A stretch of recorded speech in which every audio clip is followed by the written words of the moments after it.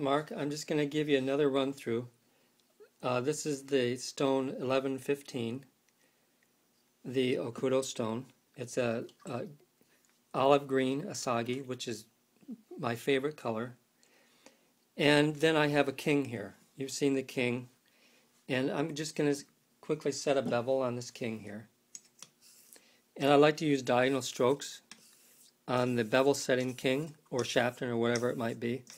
So when I go to the finishing stone, I have contrasting scratch directions, so I can observe with a loop or a microscope how quickly or how fully the previous scratches have been removed.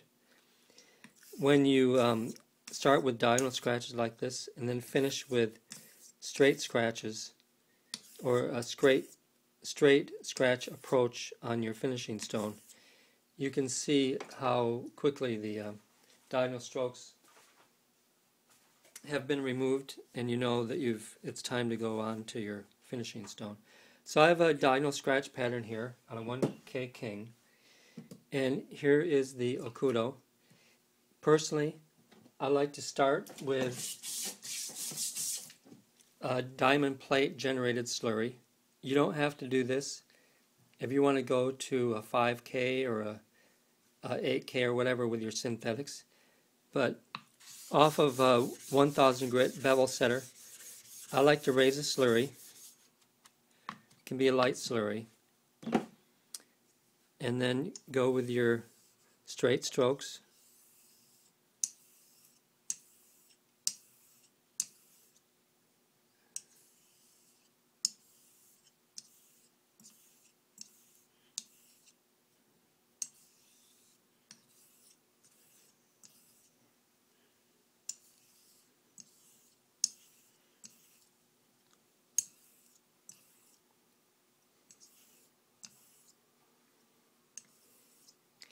Now, the diamond plate generated slurry, diamond nagura, the slurry that it raises is relatively aggressive. So after you do a few strokes, and with your own blade, you're going to have to sort of determine how many strokes you need. I just did 11. You could do 20 or 40, whatever. But then the next thing you could do is take your tomonagura and raise a slurry independent. You can keep that diamond slurry there in place if you want to. Go back with your razor and do a similar set of strokes. There again, this is an old German razor. It's friendly steel, and I can hone up this razor without too much effort. You may have super hard Japanese steel razors or whatever, but you're just going to have to determine your stroke count for yourself as you go along. So that was a tomo that was not overly hard. It's a iro tomae, tomonagura. I could next go to the same stone with a little bit harder. This is also an asagi stone, bordering on kita coloration, but it is a tomae stone.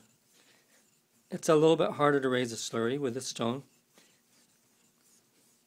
because it's not as compatible with the base stone like that red one is.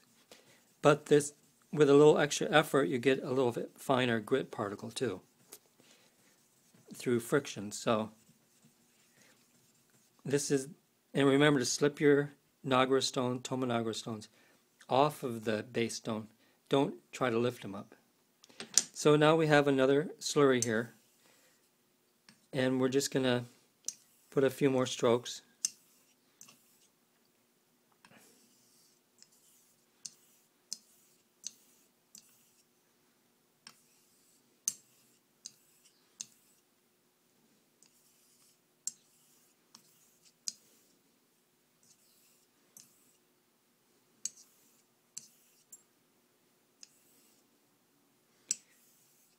So that would be a typical honing session. And you have to go to a strop I have a linen element here that I like to use.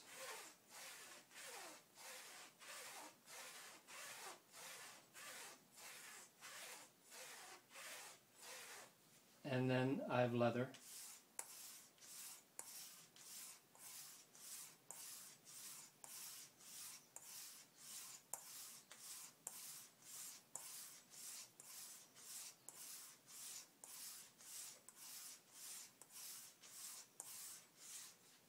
Let me rinse that off and wipe off the blade. Now I have a piece of hair I'll bring over, and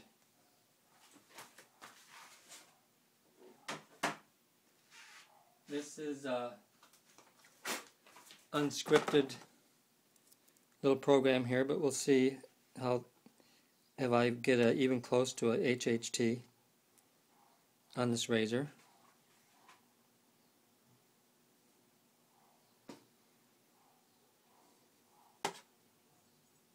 Well, that was pretty easy. That was a 4 or 5. That was definitely a 5. That was definitely a 5. Now, like I said, this is a great razor. This is marked the Crown and Sword razor, extra hollow. This is a beautiful German razor. It's probably from the 1930s, and I love honing on these type razors and shaving with them.